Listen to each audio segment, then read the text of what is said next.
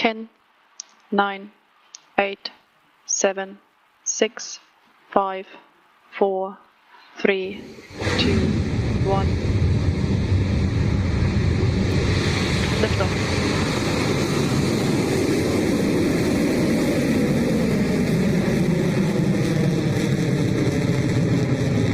Beginning pitch over.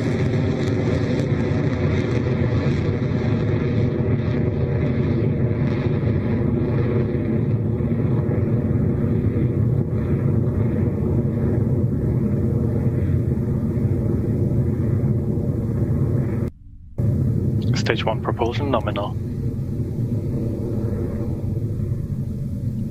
The Harvest goddess is on her way to space for IQPS.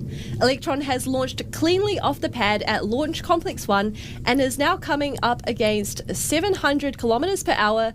In just a second, we should hear from our operators that Electron has reached max Q, which is the point in the flight when Electron is experiencing maximum aerodynamic pressure. Vehicle is It's the supersonic, first approaching max milestone Q. as we listen out for the launch.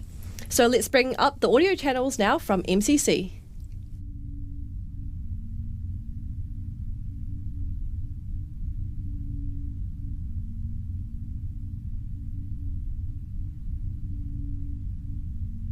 Cleared max Q.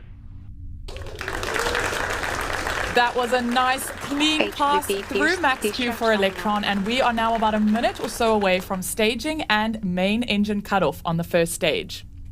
Now, what should happen next is that all 9 Rutherford engines on the bottom of stage 1 will shut down as planned, and just a couple of seconds or so before the second stage is released from its separation locks. Once we are clear of the first stage, the Rutherford engine on stage 2 will ignite to propel Electron and IQPS onward to our target altitude for this mission. Let's keep an eye out now for the view across both stages as those events take place. Propulsion holding nominal, stand by for MECO in roughly 30 seconds.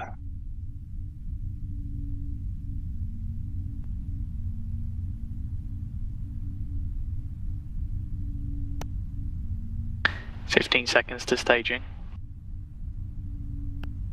Entered burnout detect mode.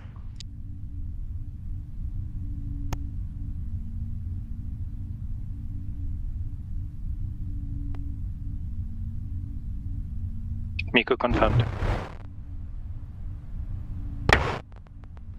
Stage separation complete. Stage 2 ignition confirmed.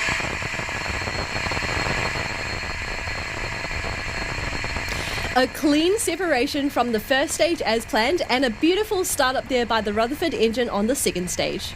That second stage's velocity is now at more than 8,000 kilometers an hour with an altitude of 95 kilometers after that separation event. Next up will be fairing separation for Electron when the rocket's nose cone halves split and fall away to expose the Kushinada payload to space for the first time.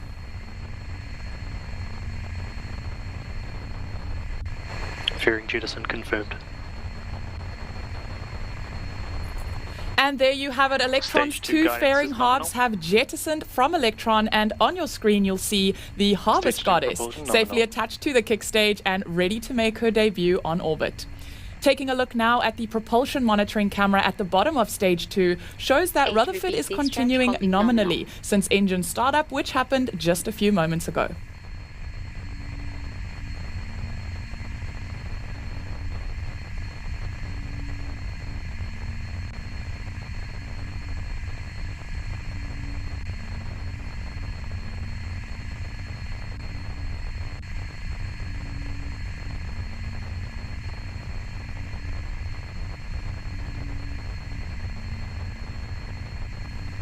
We have another 5 minutes to go for the second stage engine burn until the next separation event. This Rutherford engine's performance can reach up to 5,800 pounds of force in the vacuum conditions of space, with a specific impulse of 343 seconds. Now, specific impulse is a measure of performance in telling us how efficient an engine can be.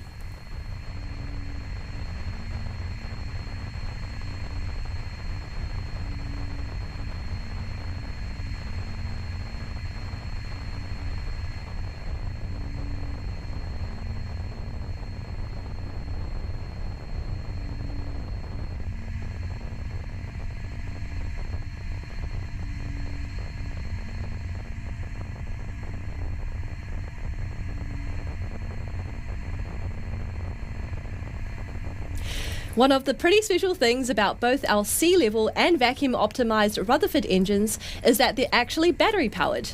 The propellant pumps on these engines are driven by brushless DC motors powered by batteries. Now, since the amount of time the second stage engine needs to run is longer than the capacity of the first battery packs, Electron needs to perform a power switch over to a fresh set of batteries to keep the engine running. The flight computer does this while the engine is still burning hot. That's why we call it the battery hot swap. In a few moments, you should hear that call out from our launch operators, and if you keep an eye out on your screen, you should see those batteries eject in the next few moments.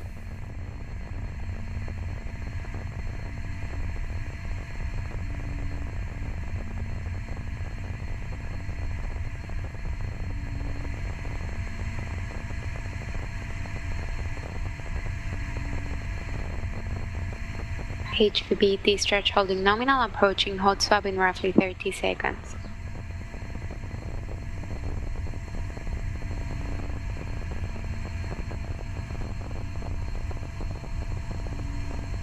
Throttling down.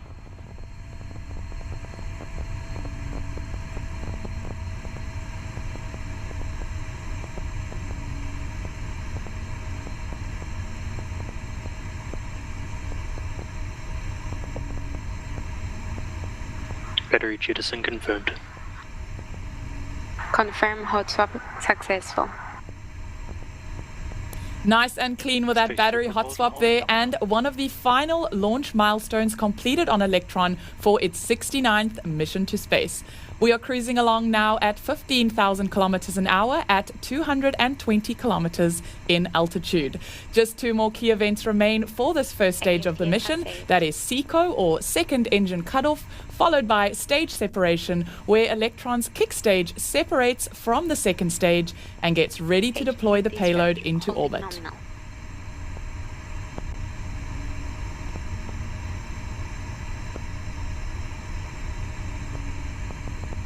We're getting some stunning views of Earth from space from our onboard cameras.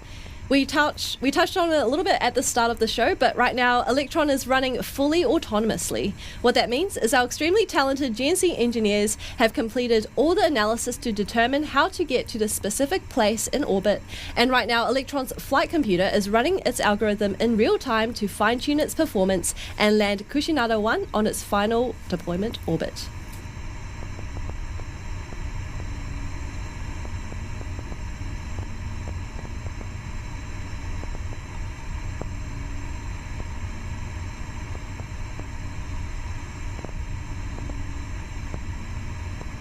Right, so we are approaching 8 minutes into flight, and you can see on the right of your screen, Electron's second stage has around 13% of propellant remaining.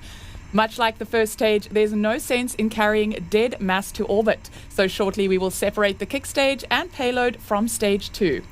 We are soaring now past 22,000 kilometers per hour at an altitude of 230 kilometers above Earth. With less than a minute left on this engine burn, we're approaching SECO. The engine on your screen there will power down and shut off just a moment before the kick stage is separated into a transfer orbit. Now, it may sound simple, but this is a very precise maneuver, and it's important that the kick stage is exactly where it needs to be for the next phase of the mission. Let's listen back into mission control for that SECO call and stage separation confirmation.